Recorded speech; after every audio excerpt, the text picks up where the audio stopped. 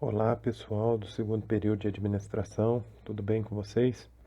Bom, essa é a aula nossa número 2 da nossa matéria Direito Empresarial. Está aí no nosso caderno de estudo que eu quero que vocês grifem com bastante atenção. Nessa aula nós vamos trabalhar algumas noções históricas a respeito da teoria da empresa, tá certo? Desde já eu quero lembrar com vocês que nós estamos trabalhando uma matéria, uma disciplina técnica do direito, da administração. Então nós temos que ter um vocabulário muito técnico. Já iniciaremos aqui algumas noções fundamentais a respeito da teoria geral da empresa, e aí nós vamos construir um vocabulário técnico mesmo, que eu quero que vocês tenham muita atenção. Bom, então inicialmente nós vamos trabalhar aqui a teoria geral da empresa, desmistificar esse conceito popular que tem de empresa como se fosse um lugar físico. Aí eu já quero deixar bem claro para vocês que empresa é uma atividade. Toda vez que vocês lerem uma empresa, palavra empresa é uma atividade, não um lugar físico como nós pensamos numa grande construção, vários galpões, escritórios e assim sucessivamente. Algumas notas introdutórias aqui são fundamentais. Primeiro, a questão da evolução histórica. Para a gente entender qualquer disciplina, numa graduação de como vocês estão, né, em nível universitário, nós precisamos saber a evolução histórica dessa disciplina. Além da evolução histórica, nós precisamos saber as fontes, né? Essa disciplina, se ela existe de maneira científica, e se há uma autonomia científica, pedagógica, de onde vêm os fundamentos dessa disciplina? Nós precisamos saber os princípios, que são os fundamentos, as bases dessa disciplina e as características. Então, nessa aula, nós vamos trabalhar isso. Bom, inicialmente eu quero trabalhar aqui a respeito da evolução histórica e ter um esquema de memorização aqui para vocês desenvolverem no caderno, aprimorarem. São as fases do direito empresarial, tá certo? Esse esquema aqui ele é muito usado, tem várias citações de várias obras, eu falei para vocês, se vocês quiserem consultar algumas obras, tá certo? Então tá aqui para ajudar na visualização e na compreensão da matéria. Quais seriam as fases do direito empresarial? Nós falamos em 3 fases no direito empresarial. A primeira fase está aqui, é a fase das corporações de ofício. Então, se vocês lembrarem de maneira correta, lá no ensino médio, quando vocês estudaram a história das grandes navegações, então nós estamos aqui no período da Idade Média. Nesse período, nós falamos de um sistema fechado, um sistema protetivo. E nós falamos que essa fase é uma fase subjetiva. Por que subjetiva? Porque aqui vai uma dicasinha de memorização alfabética, S de subjetiva, S de sujeito. Ela estava centrada nos sujeitos. Aqui nós poderíamos falar nos sujeitos do ofício comercial, ok? Posteriormente, nós temos uma segunda fase que evoluiu. A segunda fase é uma fase da teoria dos atos de comércio. É chamado de sistema francês, porque ela surge com o Código de Napoleão. Então, nós tivemos a Revolução Francesa, historicamente, 1889. Aí, logo após, surge o Código Francês, de 1807, quando Napoleão Bonaparte.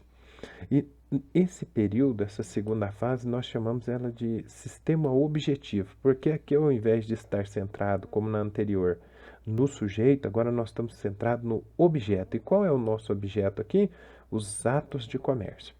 A terceira e última fase é a teoria da empresa propriamente dita. Aqui nós temos o chamado sistema italiano, que surge com o Código Civil Italiano de 1942. No Brasil, nós inauguramos essa fase com o Código Civil de 2002. E aqui nós falamos que nós estamos diante de uma fase subjetivo moderna. Por quê? Ela está. Bom, vamos falar um pouquinho então dos princípios de direito empresarial? O primeiro grande princípio de direito empresarial é o princípio da função social da empresa. A empresa, ela tem uma função social, ela tem um papel social. E esse papel social, ele é relevantíssimo no tecido social. Por isso que nós falamos que a empresa, ela deve exercer o princípio da função social da empresa. Na sequência, nós temos aqui o chamado princípio da preservação da empresa. Eles têm uma certa conexão, né? Por quê? Porque se a empresa ela exerce uma função social, para o tecido social é fundamental a preservação da empresa. Essa empresa não deve ser destruída. Nós temos como bases legais ou fundamentos legais o artigo 974 do Código Civil, e eu vou falar depois, durante as aulas com vocês, quando vocês forem consultar essas leis, esses artigos, vocês vão entrar no site do Planalto e consultar lá no site do Planalto, porque lá está atualizado.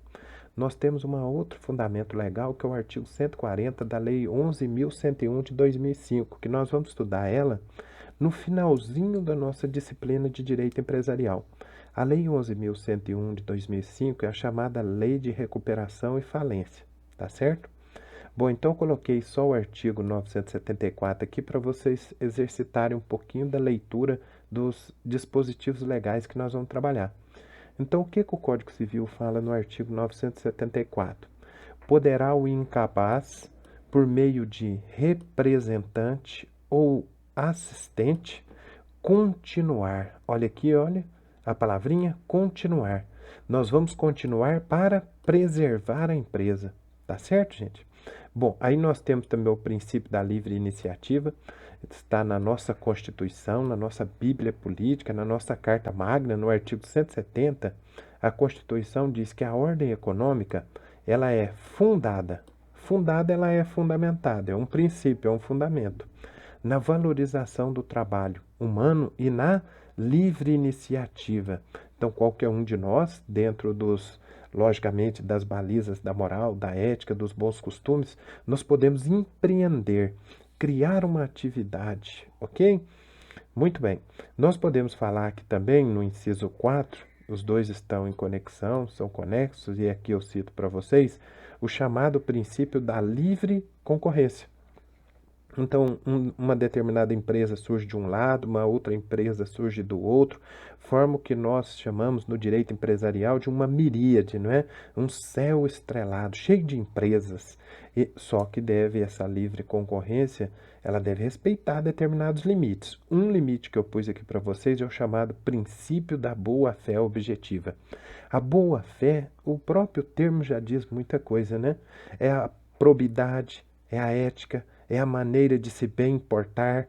Só que existe uma boa-fé subjetiva, que é aquela que está no sujeito, na maneira do sujeito pensar, mas aqui o princípio é da boa-fé objetiva, é a maneira de proceder. O empresário ele deve proceder de maneira proba, de maneira ética, de maneira honesta. Bom, vamos ver algumas características agora do direito empresarial. As características mais importantes estão aqui, ó. Primeiro é o cosmopolitismo. O direito empresarial ele é feito para englobar o mundo. Por isso que nós falamos em internacionalidade, nós falamos em globalização. O maior exemplo nós vamos estudar é a LUG, a Lei Universal de Genebra. Essa lei, ela é uma lei que é usada por vários países no mundo para regular, normatizar os títulos de crédito, ok? Outra característica do direito empresarial é o chamado o aspecto fragmentário. O direito empresarial ele é fragmentado em vários aspectos. Então, nós primeiro estudamos o direito de empresa, depois nós estudamos o direito societário, depois nós estudamos o direito cambiário e, por último, na nossa matéria, no direito empresarial, a gente estuda o direito falimentar. Terceira característica do direito empresarial é o informalismo. Por que o informalismo? Porque as relações empresariais elas são dinâmicas e isso faz com que as relações empresariais elas tendam a ser menos formais. Porque quanto mais formal for uma determinada área, mais difícil de desenvolver. E o meio empresarial é um meio que deve se desenvolver. Quarta característica, gente, é a elasticidade. O que é a elasticidade? As mudanças são constantes. No meio empresarial, elastecer é esticar o elástico, é mudar, inovar, renovar, transformar paradigmas. E a quinta característica é a onerosidade. O que é a onerosidade? É o intuito de lucro. O empresário ele não trabalha por benesses, ele trabalha para o lucro, pelo lucro e para o lucro. Bom, então vamos continuando aí. Uma coisa que é muito importante é vocês, como eu disse, terem um vocabulário muito técnico. Então, nós temos no direito brasileiro duas vertentes. Nós temos o chamado direito empresarial e o chamado direito comercial. São muito próximos, mas são diferentes. Primeira coisa que eu quero que vocês entendam é o seguinte: o direito comercial no Brasil ele despontou com o Código Comercial de 1850. Nesse período, eu falei para vocês e remeto vocês ao nosso esquema de memorização. O direito empresarial ele teve 3 fases de desenvolvimento. Quando surge o Código Comercial de 1850 no Brasil, nós estamos diante de que fase? Da segunda fase, a fase objetiva do desenvolvimento histórico do direito empresarial. Essa fase objetiva prevalecia o quê? A teoria dos atos de comércio. Qual que é a origem da teoria dos atos de comércio? É de origem francesa. Ela surgiu com o Código Civil de 1807 da França, o Código Napoleônico.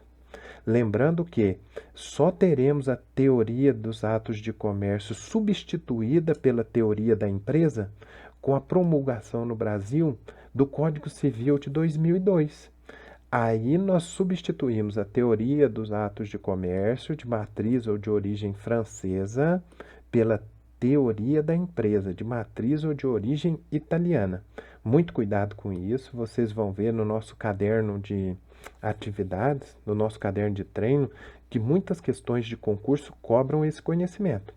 Então vamos para o ponto 2 aqui, então fala aqui. Quando o Código Civil de 2002 surge, ele traz então a teoria da empresa. O Código Civil adotou que teoria que nós acabamos de falar? A teoria da empresa de origem italiana. Só que muito cuidado com a seguinte pegadinha de concurso. E o Código Comercial, ele foi totalmente revogado? Não, ele foi parcialmente revogado. Por quê? Porque a parte 2 dele, relativa ainda ao comércio marítimo, ainda está vigente. Ok, pessoal? Bom, então, para nós aqui, o que é o empresário? Agora o nosso estudo vai se limitar ao empresário. A primeira coisa que eu quero que vocês analisem é que o empresário é o conceito fundamental do direito empresarial. Esse conceito de empresário, ele aparece no artigo 966 do Código Civil. E o empresário, ele pode ser uma pessoa física ou ele pode ser uma pessoa jurídica. Muito cuidado com isso. Se esse empresário for uma pessoa física, nós falamos que ele é o empresário individual. Isso vai refletir muito depois na responsabilidade. A responsabilidade que esse empresário vai ter. Pois bem, e se esse empresário for uma pessoa jurídica?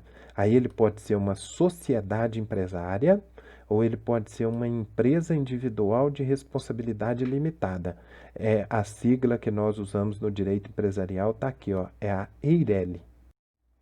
Pessoal, muito obrigado. Essa é a primeira parte da nossa aula. Lembra que eu tenho tentado dividir a nossa aula em 2 partes, né, de praticamente 15 minutos, para não ficar muito extenso.